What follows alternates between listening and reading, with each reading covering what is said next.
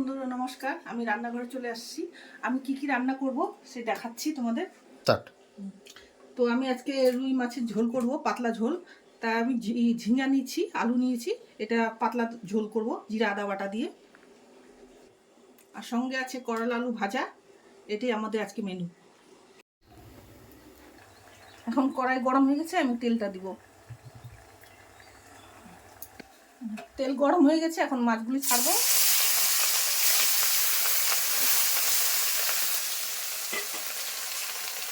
মাছগুলি ভাজা হয়ে গেছে, এখন নামিয়ে দিচ্ছি।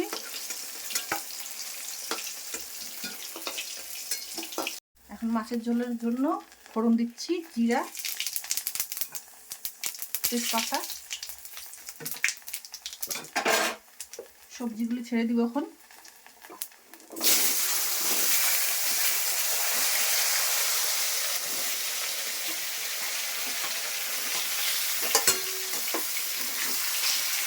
মাছের ঝোল সবসময় তো তেলে মশলা খাই, আজকে ভাবছি পাতলাই ঝোল করবো। তো পাতলা করছি, এখন গরম পড়ছে, পাতলা মাছের ঝোলই খাওয়া ভালো। এখন ঢেকে দিচ্ছি। হলুদ লবণ দেওয়া হয়ে গেছে, এখন মশলা দিব।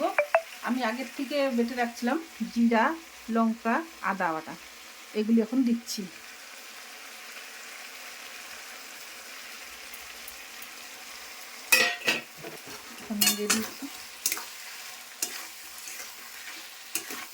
মশলাটা কষবে, তারপরে জল দেবো।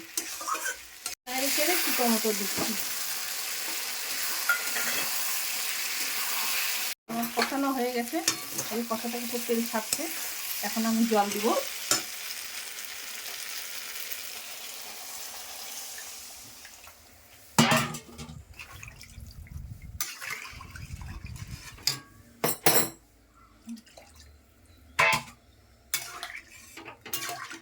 ফুটলে পরে মাছটা দেবো, ঢেকে দিচ্ছি। এখন আমি মাছগুলি ছেড়ে দিব, ঝোল ফুটে গেছে।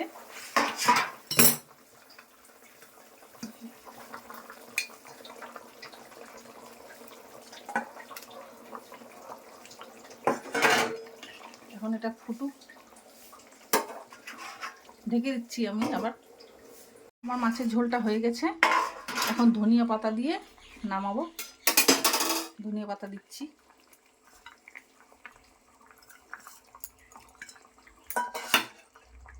কটা গোটা লঙ্কা দিচ্ছি সেন্টের জন্য।